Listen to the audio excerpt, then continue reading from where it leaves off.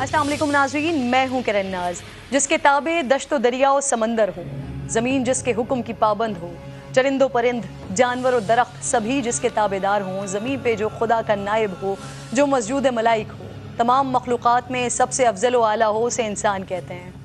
یہ کتابوں میں پڑھا، علماء کرام سے سنا، لیکن جس نے صحرا و سمندر پر حکمرانی کر کے دکھائی، جس کے حکم پر لرزتی زمین ٹھہر گئی، سوکھا دریا جس کے خط سے جاری ہو گیا، جس کی چادر سے دہکتی آگ ٹھنڈی ہو گئی، جس کا واسطہ دے کر مجاہدین نے دریائے دجلہ میں گھوڑے دوڑا دیے، جو ممبر پر بیٹھ کر کوسوں دور کے حالات دیکھ لے، جو کہے یا ساریۃ الجبل اور ساریہ سن لیں، حکم پر عمل کریں اور فتح یاب ہوں، اسے کامل مکمل اکمل مراد نبی داماد علی شہید ممبر و محراب امیر المومنین خلیفہ دوم امام عادل فاروق اعظم سابقین الاولین عشرہ مبشرہ کے بزم نشین محدث قرآن فاتح روم و ایران حضرت عمر فاروق رضی اللہ تعالیٰ عنہ کہتے ہیں، عالم کا سب سے کامیاب فاتح جس کی شخصیت کفر پر لرزہ برندہ۔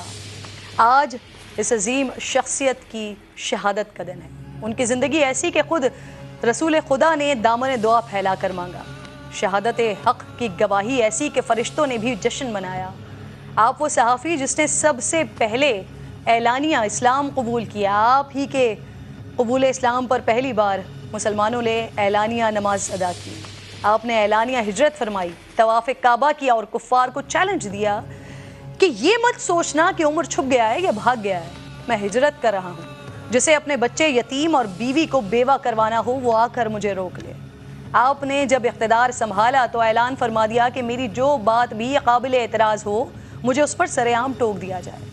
آپ نے 22 لاکھ مربع میل پر حکومت کی، آپ نے ریاست مدینہ کو ریاست کی شکل دی، بیت المال قائم کیا، عدالتیں بنائیں، قاضی مقرر کیے، فوجی دفاتر ترتیب دیے، فوجی چھاونیاں قائم کی، جیل خانہ جات اور پولیس کا محکمہ بنایا، مردم شماری کروائی، ملک کی پیمائش کا قاعدہ جاری کیا، نہریں کھدوائیں، رضاکاروں کی تنخواہیں مقرر کی، کوفہ و بصرہ اور قاہرہ جیسے شہر آباد کروائے۔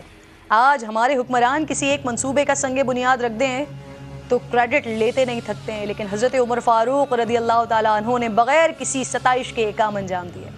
آج ہم بے نظیر کارڈ اور احساس پروگرام سے غریبوں کی زندگی بدلنے کی باتیں کرتے ہیں۔ آج سے 1400 سال قبل حضرت عمر فاروق رضی اللہ تعالیٰ عنہ گلی کوچوں میں گشت کر کے غریبوں کی خبرگیری کیا کرتے تھے۔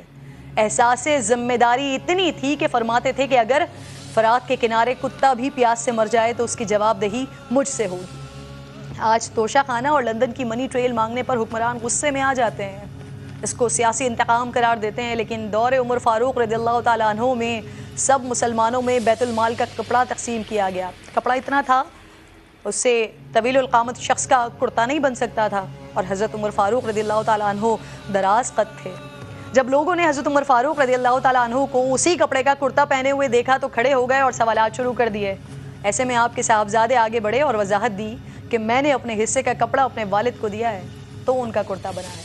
وقت کے خلیفہ نے وضاحت پیش کی، لیکن آج اگر ہمارے حکمرانوں سے سوال ہو جائے تو کہتے ہیں پوچھنے والے کی ہمت کیسے ہوئی، پتھراؤ کروا دیتے ہیں، اداروں پر ڈنڈے چلوا دیتے ہیں۔ حضرت عمر فاروق رضی اللہ تعالیٰ عنہ سیاست، امامت، فوجی قیادت کے ہی ماہر نہیں تھے، بلکہ اللہ تعالیٰ نے آپ کے سینے کو نور سے بھر دیا تھا۔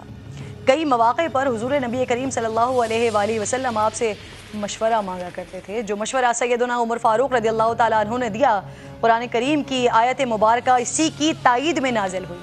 ازواج مطہرات کے پردے، قیدیان بدر، مقام ابراہیم پر نماز، حرمت شراب، کسی کے گھر میں داخلے سے پہلے اجازت، تطہیر سید عائشہ فاطمہ عائشہ رضی اللہ تعالیٰ عنہ جیسے اہم معاملات میں سیدنا عمر کی رائے، مشورے اور سوچ کے موافق قرآن کریم کی آیات نازل ہوئی۔ علماء و فقہا کے مطابق تقریباً 25 آیت قرآنی ایسی ہیں جو براہ راست فاروق اعظم کی تائید میں نازل ہوئی ہیں۔ جہاں آپ منافقین کے لیے جلالی تھے، وہاں مومنین کے لیے درد مند تھے۔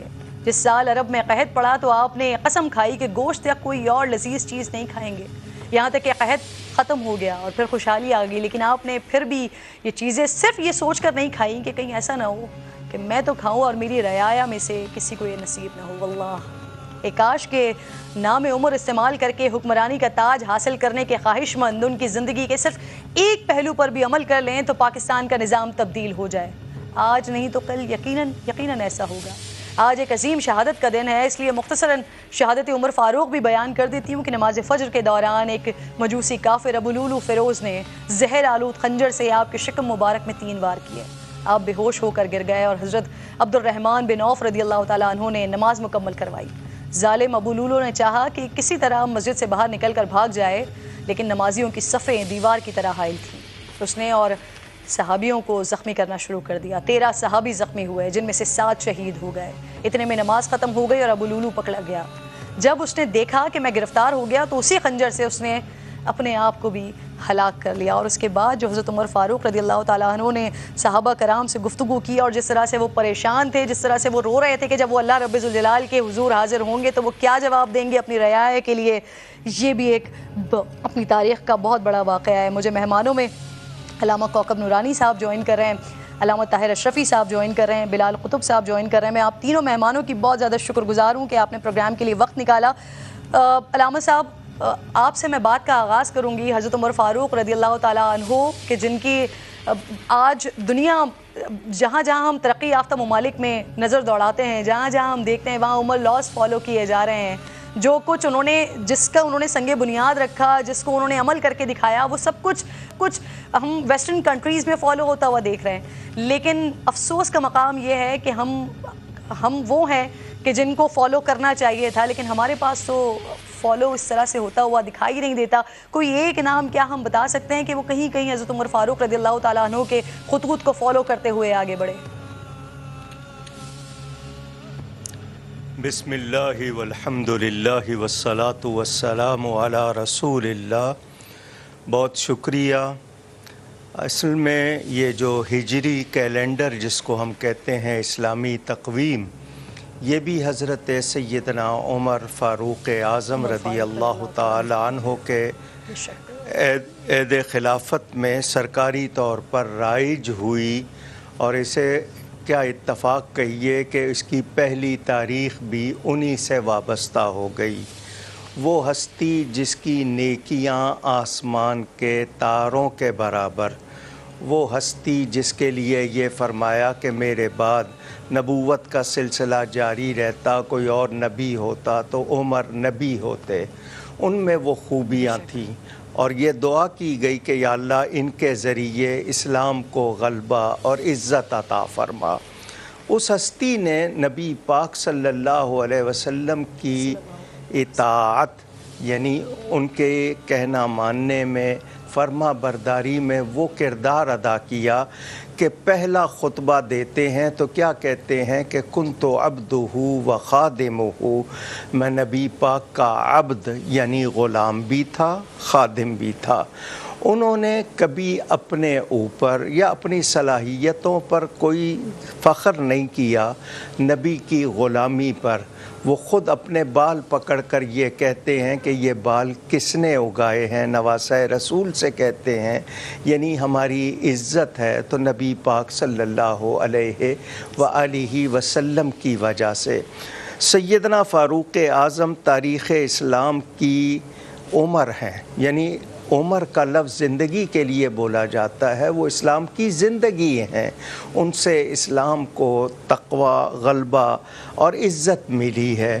انہوں نے جو دور حکومت جو ان کا تھا، آپ نے ابھی خود کہا کہ دنیا میں ان کے بتائے ہوئے طریقے پر عمل ہو رہا ہے. افسوس کہ مسلمانوں نے وہ خوبیاں چھوڑ دیں، غیروں نے اپنا لی.